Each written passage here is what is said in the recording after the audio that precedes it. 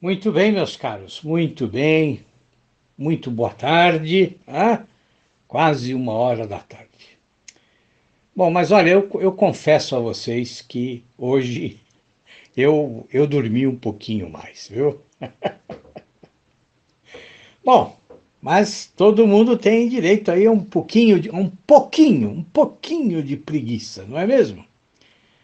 Ou pelo menos o direito de fazer as coisas aí mais lentamente, né? Sem a pressa, sem a urgência de todos os dias. Né? Bom, mas e como eu sei que muitos aqui, né, estão sempre esperando pelo meu boletim meteorológico, né? Bom, quero informar vocês que a temperatura em São Paulo diminuiu agradavelmente, né? E o céu está maravilhosamente nublado, né? E há uma brisa deliciosamente fresca inundando a minha casa agora, graças a Deus, né? Bom, mas assim, tem advérbio demais aí, não é verdade? Agradavelmente, maravilhosamente, deliciosamente, né? Vamos parar de repetir esses advérbios, né? Porque, como eu sempre falo para os meus alunos, os advérbios são as palavras mais enganosas da língua portuguesa. Quer dizer, são mais enganosas e são mais desnecessárias do que os adjetivos. Né? Vocês têm a impressão de que o advérbio está ali iluminando a sua frase. Né? Você tem a ilusão de que o advérbio está ali para completar o seu pensamento. Mas é só uma impressão. É só uma impressão, porque os advérbios são realmente ardilosos, são enganadores, são trapaceiros, não é? Quer dizer, eles são burladores, eles enganam o escritor, não é? Então a gente não pode confiar nos advérbios. Aliás, nós devemos desconfiar dos advérbios muito mais do que a gente já desconfia dos adjetivos. Né? Muito mais. Bom, mas já que nós estamos falando aqui de palavras, né, de linguagem, eu quero esclarecer uma coisa. No áudio de ontem, né, em que eu contei para vocês aí a história do meu amigo que quer melhorar o próprio vocabulário, né? Bom, eu acho que é preciso esclarecer uma questão importante, né? Quer dizer, ampliar o próprio vocabulário. Né? Mas por quê? Né? Por que é que nós podemos querer ter um vocabulário mais amplo? Quer dizer, por qual motivo a gente se preocupa com isso? Então vejam, eu acho que há motivos certos e há motivos errados. Né? Quer dizer, eu percebo que muita gente quer ampliar o próprio vocabulário só por pedantismo. Né? Quer dizer, o que eu quero dizer com isso? Bom, vocês sabem o que é ser pedante, não é? Quer dizer, ser pedante é ficar aí se exibindo conhecimentos que você não tem. Né? Quer dizer, você finge ser uma pessoa culta, uma pessoa erudita, né? E finge usando palavras difíceis, né? Palavras que poucas pessoas conhecem ou usam aí no dia a dia. E ser pedante também é ficar ostentando cultura e erudição. Mas as pessoas que são cultas de verdade, né? Bom, elas não ficam aí o tempo inteiro, né, arrotando a sua cultura, né? Como se o conhecimento fosse aí, sei lá eu, um prêmio que você conquistou e que te coloca, então, acima das outras pessoas, né? Quer dizer, isso também é o que a gente chama de filistinismo. Quer dizer, é você ser inculto, mas fingir que é um sábio. Bom, e muita gente também quer ampliar o próprio vocabulário só para escrever bonito, né? Quer dizer, essas pessoas, elas acham que o bom escritor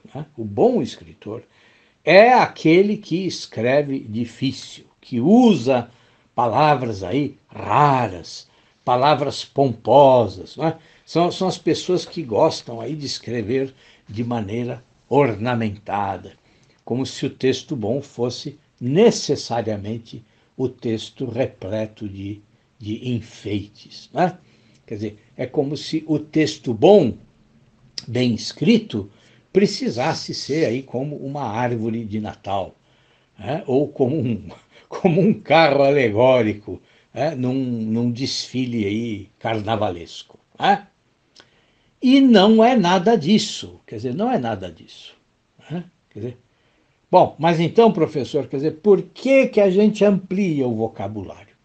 Bom, nós ampliamos o nosso vocabulário para compreender melhor a realidade, compreender melhor o mundo à nossa volta e compreender melhor o que se passa dentro de nós. E para pensar melhor a respeito desse mundo e a respeito de tudo. Quer dizer, nós nos preocupamos em ampliar o nosso vocabulário para descobrir o nome das coisas, né? ou, para, ou para aprender a definir melhor, né, o que nós vemos, o que nós pensamos e também quem nós somos, né? Quer dizer, a gente amplia o nosso vocabulário para aprimorar a nossa relação com tudo o que está à nossa volta, né? E para ampliar, para aprofundar a nossa compreensão e também a nossa capacidade de criticar tudo que faz parte da vida, de tudo que acontece ao nosso redor e também no nosso íntimo. Então vejam, isso é muito importante. Quer dizer, não fiquem aí tentando ampliar o próprio vocabulário só para ostentar as palavras, né? Como se elas fossem aí bijuterias que vocês carregam no pescoço, né? Não, o caminho não é esse, meus caros, né? Quer dizer, vocês precisam ampliar o vocabulário, mas para que vocês possam compreender melhor as coisas, definir melhor as coisas, explicar melhor o que vocês sentem e o que vocês pensam. Né? E também porque aprendendo as palavras, né, com esse objetivo, o que vai acontecer? Vocês vão ter um discurso e um texto mais precisos, mais rigorosos, mais exatos, né? Vocês vão ter uma fala e um texto sem excessos, né? Mas que expressam aí de maneira exata o que vocês querem dizer e o que vocês querem escrever. Tá certo? Bom, inclusive sobre isso, né? Quer dizer, essa semana aqui a gente falou sobre o Borges, né? Eu falei sobre o Borges. Bom, como eu disse para vocês, o Borges, né? O Jorge Luis Borges, é inesgotável, né? E eu espero aí, será que vocês já começaram a ler o Borges, né? Bom, eu espero que sim, né? E também não percam a live do Luiz Carreira, na semana que vem, né? Eu acho que vai ser na segunda-feira à noite, lá no Instagram, né? A próxima live dele sobre o Borges, né? Bom, e o Borges tem uma entrevista, assim, magnífica, né?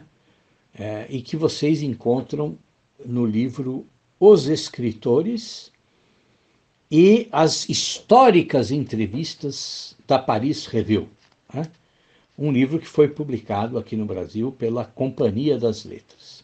Bom, e nessa entrevista, né, o Borges fala de muitas coisas, mas tem um trecho em especial de que eu gosto muito e que serve perfeitamente a essa questão da escrita exata, né, do texto rigoroso, né?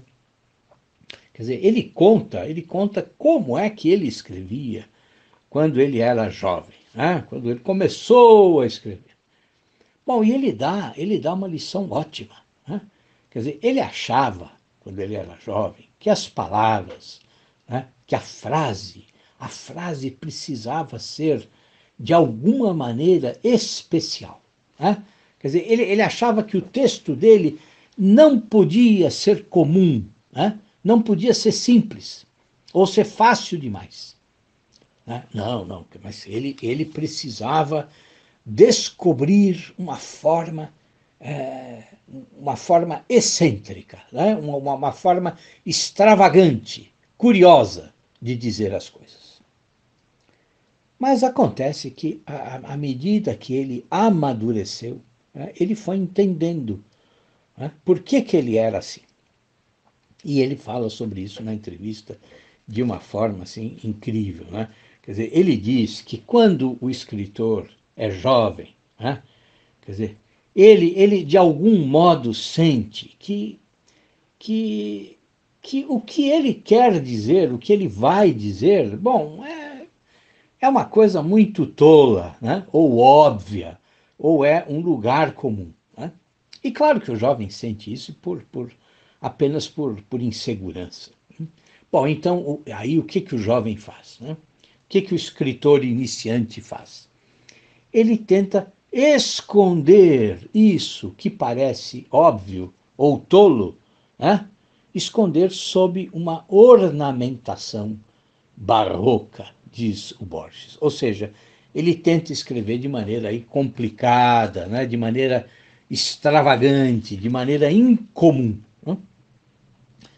Quer dizer, ou então, o Borges também fala isso, quer dizer, o jovem fica tentando parecer moderno, né? E aí ele fica inventando palavras o tempo todo, né? ou, ou se referindo a objetos, a coisas modernas. Mas depois, né, quando o Borges amadurece, quer dizer, ele percebe que as ideias que a gente tem, né, sejam elas boas ou más, né, elas devem ser expressas claramente. Porque se você tem uma ideia, bom, então, se você tem uma ideia, você precisa tentar passar essa ideia, né? Ou essa emoção, ou essa atmosfera, né? Você precisa tentar passar isso para a mente do seu leitor, né? Então vejam, quer dizer, o escritor sempre começa tentando ser complicado, né? Sempre começa tentando usar palavras difíceis, né? Quer dizer, é como se ele estivesse aí fazendo experimentos, fazendo jogos, né? Testando várias possibilidades, né? E um dos erros, né? Quer dizer, não é só ser complicado, né? Mas é querer mostrar para os leitores que ele tem um dicionário, né? Quer dizer, que ele conhece palavras raras, palavras difíceis, né? E também que ele sabe todos os sinônimos, né? Bom, e aí o Borges dá um exemplo fantástico, né? Quer dizer, ele diz que o escritor novato, né, o escritor principiante, né, como ele sente essa necessidade de autoafirmação, né? Como ele sente essa necessidade de demonstrar que ele domina as palavras, né? Que ele tem um vocabulário rico. Então, o que acontece? Bom, se ele usa numa linha, né, a palavra vermelho, né? Bom, então, linhas depois, se ele acha que ele precisa de novo se referir ao vermelho, né, o que ele faz? Bom, ele não usa vermelho.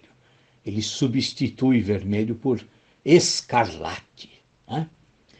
Bom, e se na sequência do texto, mais uma vez, ele precisa se referir ao vermelho, bom, então ele pega e ele coloca púrpura. Né?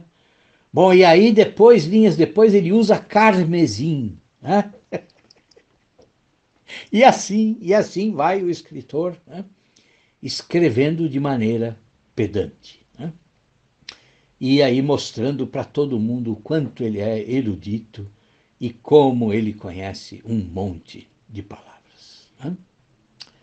Né? Mas, na verdade, né, diz o Borges, na verdade, o texto bom é o texto comum.